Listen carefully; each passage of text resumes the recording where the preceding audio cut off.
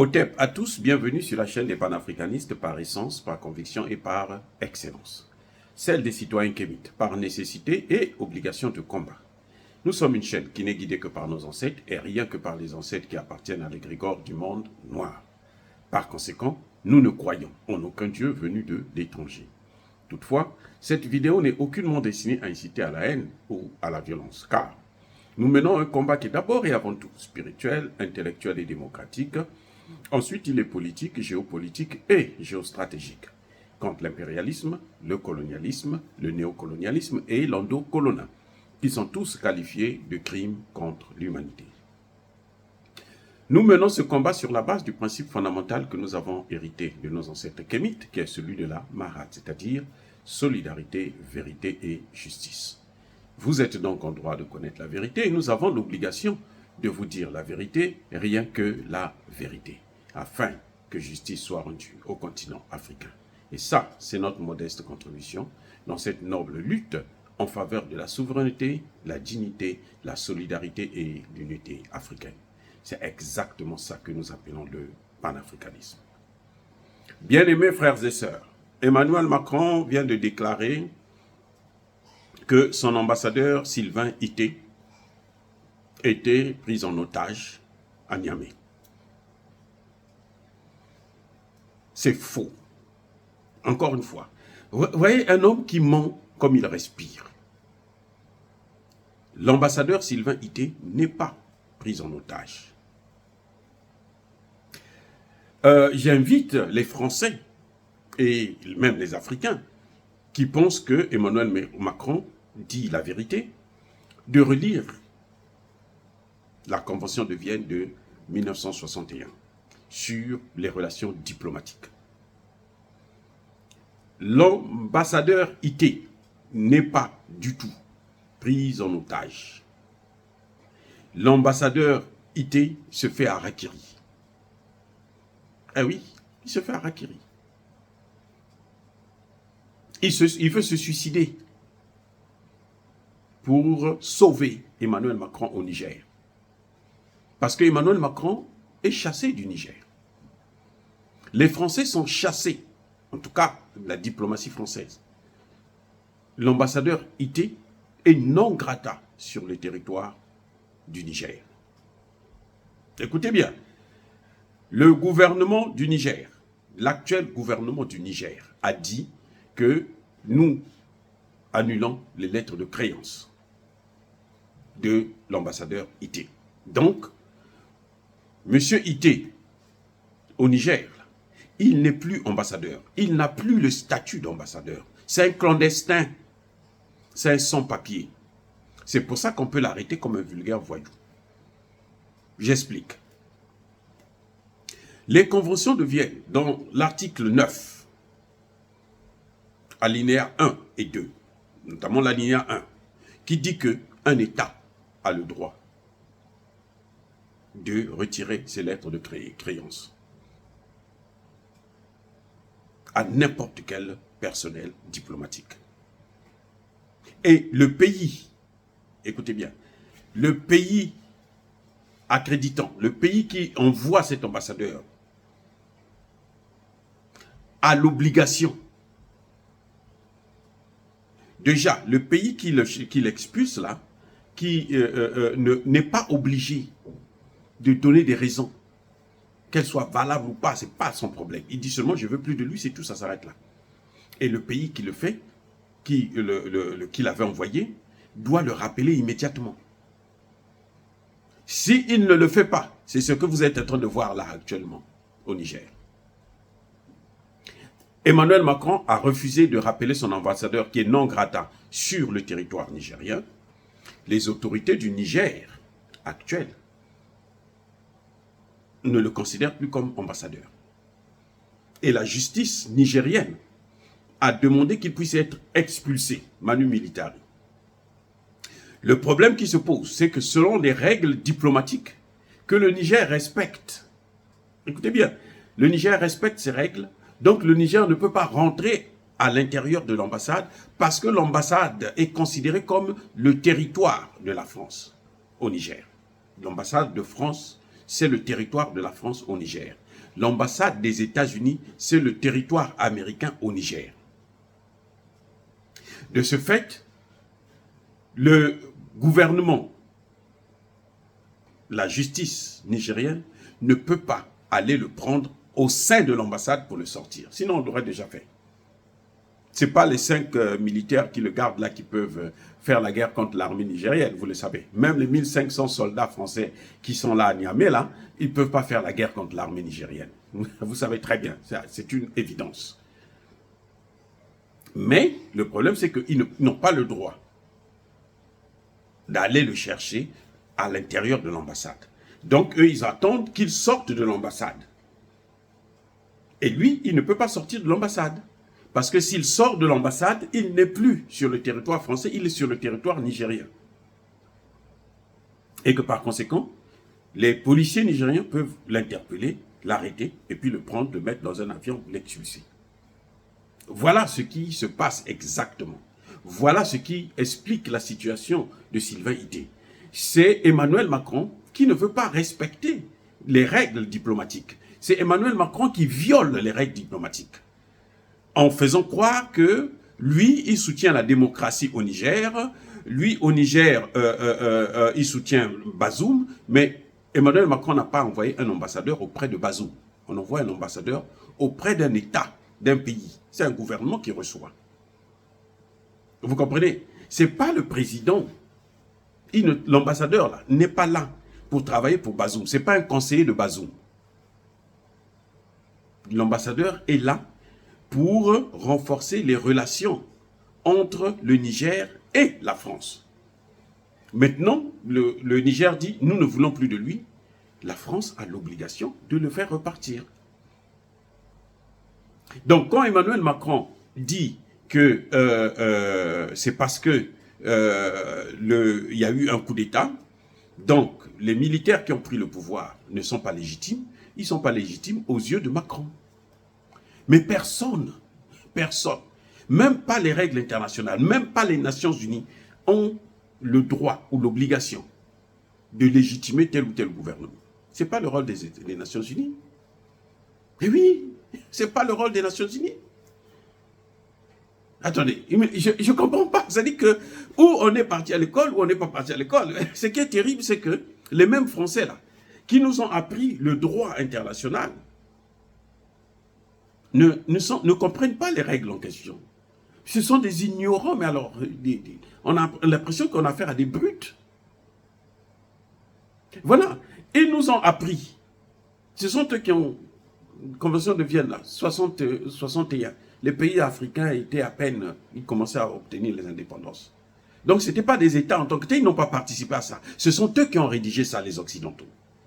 Et on nous les a imposés. Et nous les acceptons, on les applique. Eux, ils ne veulent pas les appliquer parce que c'est des pays africains.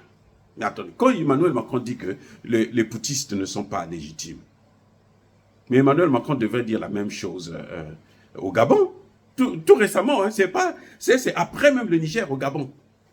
Je vous fais savoir que l'ambassadeur de France là, était le premier à aller s'agenouiller devant le président Nguema. Et oui, l'ambassadeur de France, c'est le premier diplomate, en tout cas parmi les 5 premiers diplomates, qui sont allés faire allégeance au général Oligui Nguema. Là, ils n'ont pas dit qu'il y avait un gouvernement qui était légitime. Oh oui. Vous allez me dire qu'il y a eu un problème électoral. Il y a eu un contentieux électoral. Et on suspecte que Ali Bongo aurait triché encore. On suspecte. Mais ça ne veut pas dire que Ali Bongo a triché. Il n'y a rien qui peut nous prouver si on ne part pas. La justice ne mène pas une enquête et on recompte les voix, quelque chose de ce genre, pour dire que effectivement c'est l'opposition qui a gagné ou c'est Ali Bongo qui a gagné. Ils n'ont pas dit ça.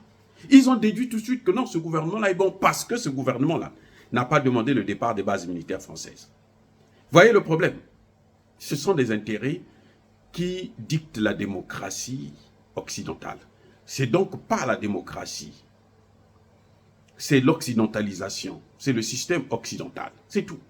C'est la gouvernance occidentale. Ce n'est pas une gouvernance démocratique, c'est la gouvernance occidentale. C'est-à-dire, quand les intérêts des Occidentaux sont préservés, alors, putiste ou pas putiste, on est légitime. Mais quand ils sont menacés, on n'est plus légitime. Personne n'a demandé à l'ambassadeur Ité de rester au Niger, parce qu'il n'est pas dans son pays. La France proteste. Elle dit les militaires français sont là pour mener la lutte contre le terroriste. La France a oublié que c'est elle qui a mené le terrorisme en détruisant la Libye et en prenant les terroristes là pour les amener maintenant au Niger, au Mali et au Burkina Faso. Et c'est la France qui alimente les terroristes, qui finance le terrorisme dans le Sahel. La France, les États-Unis, les pays de l'OTAN. Nous le savons. La guerre que nous menons, c'est ça, c'est celle-là. Mais nous savons ce qui se passe. On ne peut pas nous prendre pour des ignorants. Pour autant, non. Ceux qui nous prennent pour des ignorants, là, ce sont eux qui sont des ignorants. Eh oui. Donc, quand Emmanuel Macron vous dit que l'ambassadeur Ité est pris en otage, non. C'est lui qui est en train de punir son ambassadeur.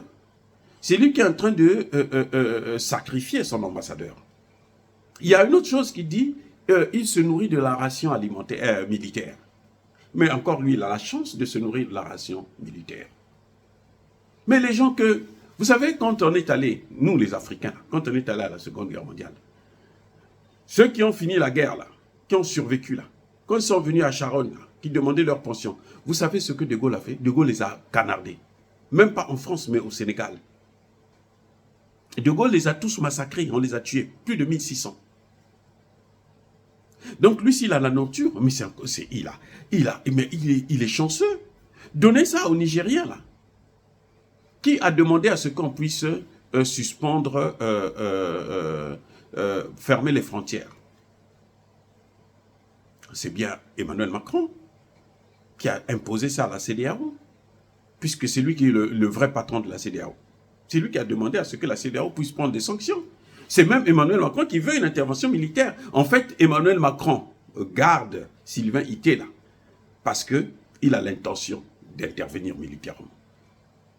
Mais ce qu'il oublie, c'est qu'intervenir militairement, même Ité là, il ne va pas s'en sortir. Bazoum ne va pas s'en sortir. La première victime d'ailleurs, ça va être Bazoum. Et ils ne pourront pas gagner cette guerre. Ils ne pourront pas réoccuper le Niger, comme ils l'ont fait avant, par le passé. Non, cette fois-ci, là, l'Afrique n'acceptera pas ce qu'ils ont fait en Libye, qu'ils puissent venir encore le faire au Niger. L'Afrique n'acceptera pas ça. Vous allez voir la dégringolade de la France. Vous allez voir comment la France va être humiliée, expulsée de tous les pays africains, y compris des pays anglophones. Eh oui, parce que toute la jeunesse africaine aujourd'hui est en train de suivre cette situation de près. Et on attend que la France ose, via la CEDEAO, qu'elle ose. Patrice Talon, qu'il ose, on va voir ce qui va se passer. Déjà, Patrice Talon subit sur le plan économique. Le port de Cotonou est aujourd'hui inactif parce que 80% des activités de ce port-là est dû aux échanges commerciaux avec le Niger. 80%. Donc, lorsqu'ils ferment le port, lorsqu'ils ferment les frontières, lorsqu'ils interdisent aux produits nigériens de venir encore passer par Cotonou, eh bien, c'est près de 90% du PIB de l'État qu'ils perdent. Bref, c'est la France qui est en train d'affamer tout le Niger. La coupure d'électricité, là, le Nigeria qui a fait bloquer, fermer, couper l'électricité, c'est quoi? C'est à la demande de la France. Ce sont les décisions d'Emmanuel Macron. Comme il n'est pas aussi très intelligent, il prend des décisions comme ça à la va-vite, à la volée, eh bien, il a décidé immédiatement de prendre des sanctions avant même que la CEDEAO ne parle avec les autorités. Ce qui ne se fait pas en Afrique. En Afrique, là, on ne prend pas une décision comme ça. Les vrais Africains, les sages Africains, quand ils veulent prendre une décision, ils écoutent d'abord la victime. Ils écoutent d'abord l'opposition. Ils écoutent d'abord leur interlocuteur. Et ce n'est qu'après avoir écouté qu'ils vont tirer des conclusions et ils vont prendre la décision. Mais là, ils ont mis la charrue avant les bœufs. C'est pour ça d'ailleurs que les négociations piétinent. Vous avez déjà pris toutes les sanctions. Vous êtes allé au-delà, y compris les sanctions militaires. Aujourd'hui, le Niger est en train de se préparer à la guerre. C'est pour ça d'ailleurs que je vous rappelle, l'ambassadeur, plutôt le ministre de la Défense, le vice-ministre russe de la Défense, est actuellement au Mali pour négocier avec le gouvernement malien et le gouvernement nigérien comment ils doivent riposter en cas d'attaque. C'est ça le problème. Et Emmanuel Macron sait qu'il ne va pas aller là-bas pour se balader. C'est pas sa flotte là qu'il a menée là qui va faire peur à la Russie, à Poutine. Non, écoutez, il est en train de rigoler ou quoi? Vous rigolez ou vous ne comprenez pas ce qui est en train de se passer en Ukraine aujourd'hui? Voilà. Nous, ce qui nous embête dans cette guerre, c'est parce que ça va embraser pratiquement l'ensemble du continent. Juste pour le bonheur de la France. Parce qu'elle, c'est ce qu'elle veut. Quand elle déstabilise les pays africains, bon, à ce moment, elle peut maintenant exploiter les matières premières, piller les pays, ainsi de suite. Elles peuvent se donner, maintenant, faire le gros dos. Mais s'il y a le calme, elle ne peut pas. S'il y a la démocratie, s'il y a la paix, elle ne peut pas, elle a des problèmes. Voilà. Donc, que Emmanuel Macron arrête de faire des déclarations tapageuses hein, sur les médias mensonges, les médias de propagande, comme quoi l'ambassadeur Ité est pris en otage. Non, l'ambassadeur Ité a été expulsé. C'est à la France de rappeler son ambassadeur.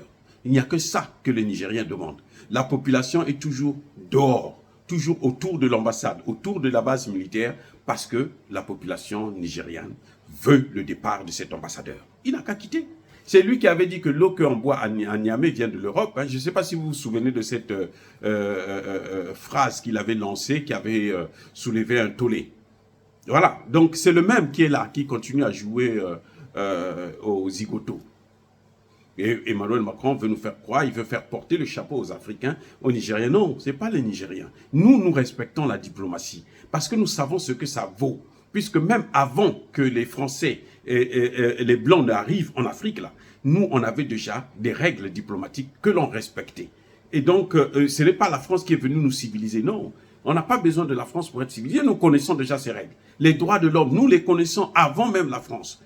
Les droits de l'homme sont nés, là, la date la plus récente, c'est au Mali, avec la charte de Mandé. Donc, la France ne peut rien nous apprendre. Ce sont les Africains qui ne comprennent pas, qui ne connaissent pas leur histoire, qui ont peur de la France, qui pensent que ce que dit Emmanuel Macron a de la valeur. En fait, ça n'a aucune valeur. C'est juste la provocation, parce que Emmanuel Macron veut aller à l'affrontement. Il est en train de garder son ambassadeur là, parce qu'il veut une intervention militaire. Donc, c'est pour ça qu'il est en train de tout faire, pour que l'ambassadeur puisse rester là le maximum possible. Mais cette intervention militaire ne sera pas une balade de santé, comme disait le général Tchani. Et nous sommes d'accord avec lui. Parce que cette fois-ci, nous ne sommes plus à l'époque de l'esclavage ou de la colonisation, où ils pouvaient venir faire ce qu'ils veulent chez nous. Maintenant, nous allons riposter et nous en avons les moyens. Dire cela, c'est inciter à la haine ou à la violence, non. Yabakolerve, Yamalembe. Encore une fois de plus, bien-aimés frères et sœurs, soyez bénis, abondamment bénis par le Dieu des Kémites et par nos ancêtres angélisés, mais que tous ceux qui persécutent le continent africain le pillent et le déstabilisent. Qu'ils soient noirs, blancs, chinois, arabes, indiens ou qui qu'ils soient punis, maudits, foudroyés, neutralisés, écrasés, effacés par ce Dieu des Kémites et par nos ancêtres angélisés. Vive l'Afrique éternelle, j'ai dit et j'assume.